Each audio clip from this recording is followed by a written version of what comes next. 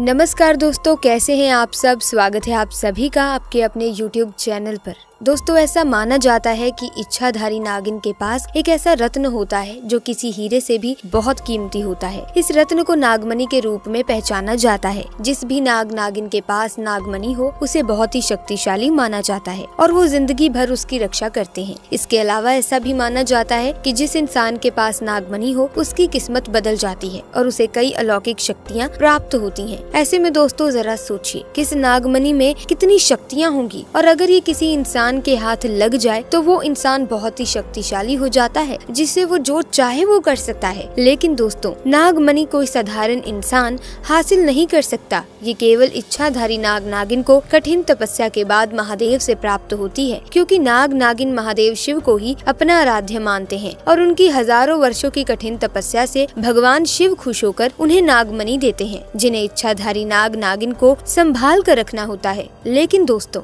अगर कोई नागमणि चालाकी से चुरा ले तो उस व्यक्ति के साथ क्या होगा, आइए जानते हैं आज की इस वीडियो में। क्योंकि दोस्तों, तब क्या हुआ होगा जब इच्छाधारी नागिन ने दिया एक बच्चे को जन्म और व्यक्ति की एक गलती के कारण इच्छाधारी नागिन ने जो उसके साथ किया सुनकर लोगों के होश उड़ गए। दोस्तों, ये चमत्कारी घटना है राजस्थान के एक छोटे से गाँव चंदेला गाँव की। दरअसल ये घटना घटित हुई चंदेला गाँव के मुखिया और वहाँ के सबसे धनी इंसान प्रदीप जी के साथ। प्रदीप करीब आज से 5 साल पहले एक साधारण एवं गरीब व्यक्ति का जीवन व्यतीत करते आ रहे थे। वो जंगल में अक्सर अपनी बकरियों को चराने जाया करते थे। एक दिन बकरी चराते चराते वो जंगल के थोड़ा अंदर निकल गए। उसी जंगल में एक इच्छाधारी नागिन अपने नाग के साथ एक विशाल पेड़ के पास रहा करती थी। वो नागिन गर्भवती थी। शाम का वक्त था और प्रदीप जब उस पेड़ के पास से गुजरा तो उसे वहाँ एक तेज चमकती चीज दिखाई दी, परंतु साथ ही वो दोनों नाग नागिन भी वहीं थे। उन्हें देख वो थोड़ा सा डर गया और तुरंत ही वहाँ से जल्दी से घर की ओर भागा। प्रदीप इतना घबराया हुआ था कि उस समय तो उसने पीछे मुड़कर तक नहीं देखा, परंतु उस रात उसके ध्यान में वो चीज जो चमक रही थी वो बार बार आ रही थी। वो इतना तो समझ ही गया था कि वो हो ना हो बहुत ही मूल्यवान चीज थी और अगर वो मुझे मिल गई तो मैं भी धनवान हो जाऊंगा। परंतु सबसे बड़ी मुसीबत थी वो दोनों नाग नागिन। अगले दिन वो वापस जंगल उसी पेड़ वाले स्थान पर गया और कुछ दूर खड़े रहकर छिपकर उस पेड़ के पास रह रहे नाग नागिन को देखने लगा। कुछ देर देखने के बाद उसने ध्यान दिया कि नागिन तो गर्भवती है। वो उस रात घर आकर सोचने लगा कि ये अच्छा मौका होगा जब नागिन अपने बच्चे को जन्म देगी तभी वो नागमणि चोरी कर लेगा, क्योंकि उस समय नागिन कमजोर होगी, बस नाग को मारना होगा। दोस्तों, कहते हैं कि अगर किसी नाग के मुंह की तरफ गोबर मार दिया जाए तो वो अपना होश खो बैठता है। अब प्रदीप हर रोज गोबर लेकर उस विशाल पेड़ के पास छुपकर सही मौके का इंतजार करने लगा। एक दिन वो मौका भी आया जब नागिन अपने बच्चे को जन्म देने वाली थी। तभी चुपके से प्रदीप ने नाग के मुंह पर तेजी से गोबर मारा और फिर एक बड़े पत्थर से नाग को मार डाला। फिर उसने नागिन और उसके बच्चे को भी मार डाला और उस मणि को उठाकर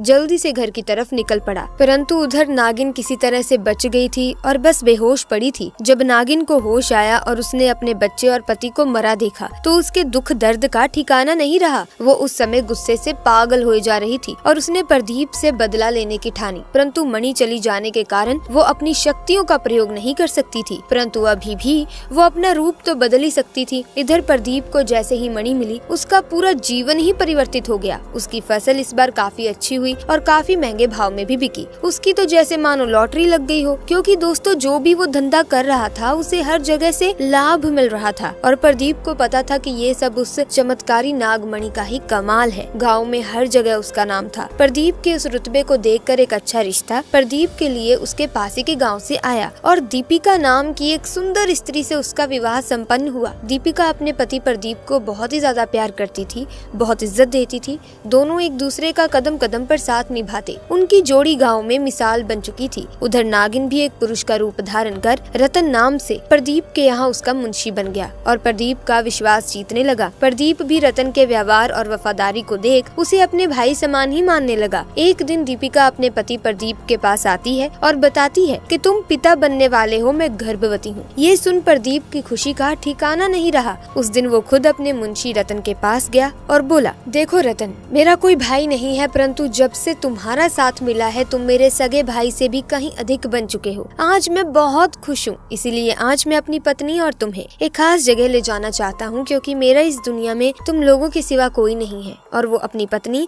और रतन को कार में बैठाकर गाँव के कोने में ले जाकर कार एक छोटी सी कुटिया के सामने रोकता है और बताता है कि जब वो छोटा था तब इसी कुटिया में उसकी माँ की जान उसे जन्म देते ही चली गई थी। उसके पिता तो पहले ही गुजर चुके थे। तब एक बूढ़े बाबा ने उसकी माँ को वहीं दफना दिया था और प्रदीप को उसी बूढ़े बाबा ने पाला था। प्रदीप बताता है कि जब भी उसके साथ कोई बुरी घटना होती है या वो बहुत ज्यादा दुखी होता है तो बस वो इसी कुटिया के पास चला आता है। यहाँ उसे अनोखा सुकून मिलता है। प्रदीप आगे बताता है कि आज तुम दोनों को मैं इसीलिए यहाँ लाया हूँ क्योंकि तुम दोनों अब मेरी जिंदगी का एक अहम हिस्सा बन चुके हो। दोस्तों, ये सुन सभी की आंखों में पानी भर आता है। कुछ देर रुकने के बाद जब वे वापस पहाड़ी से होते हुए घर को जाते हैं तो अचानक उनकी गाड़ी पहाड़ी पर एक बड़े पत्थर से टकराती है और गाड़ी को जोर का झटका लगता है, जिसके कारण प्रदीप तो कार में ही फंसा रहता है, परंतु उसकी पत्नी दीपिका पहाड़ से नीचे गिर एक पेड़ पर अटक जाती है और उस पेड़ के ठीक नीचे बहुत गहरी खाई थी। दोस्तों, वो खाई इतनी गहरी थी कि अगर कोई इंसान उसमें गिर जाए तो उसका बच पाना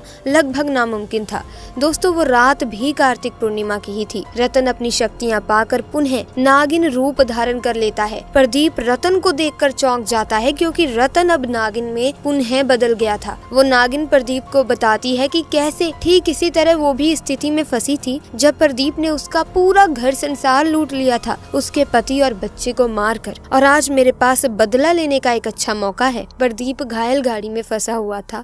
रो रो कर नागिन को बोलता है कि भले मेरी जान ले ले, परंतु मेरी पत्नी गर्भवती है, उसे छोड़ दे। परंतु तभी उस नागिन को अपनी वही स्थिति याद आती है कि क्या होता है जब कोई अपना छिन जाता है। ये जिंदगी का सबसे बड़ा दुख होता है। नागिन ने प्रदीप का उसकी पत्नी के प्रति सच्चा प्यार देख उसे माफ कर दिया और उसकी पत्नी को पेड़ से निकाल बचा लिया था तथा दोनों को हॉस्पिटल छोड़ खुद वापस जंगल में उसी विशाल पेड़ के पास चली गई। जब प्रदीप हॉस्पिटल से स्वस्थ होकर अपनी पत्नी के साथ घर वापस लौटा तो उसे अपनी गलती का एहसास हुआ और उसने जाना कि उसने कितनी बड़ी गलती करी है। वो नागमणि को लेकर उसी विशाल पेड़ के पास गया और उस पेड़ के पास उस नागमणि को रख फूट फूट कर रोने लगा और शाम को घर वापस आ गया। दोस्तों, कभी कभी इंसान लालच में इतनी बड़ी गलती कर बैठता है कि फिर उस गलती को कभी ठीक किया ही नहीं जा सकता और बस अंत में पछतावा ही रह जाता है। आपको ये घटना कैसी लगी, हमें अपनी राय कमेंट सेक्शन में जरूर बताइएगा। इसी के साथ अगर आप भी महादेव के परम भक्त हैं तो कमेंट सेक्शन में पूरी श्रद्धा से हर हर महादेव का जयकारा जरूर लगा दें। और अगर वीडियो अच्छी लगी तो वीडियो को लाइक करें, शेयर करें और चैनल को सब्सक्राइब करके बेल आइकन को प्रेस करें ताकि आने वाली वीडियोस की अपडेट आपको मिलती रहे। आपका बहुत बहुत धन्यवाद।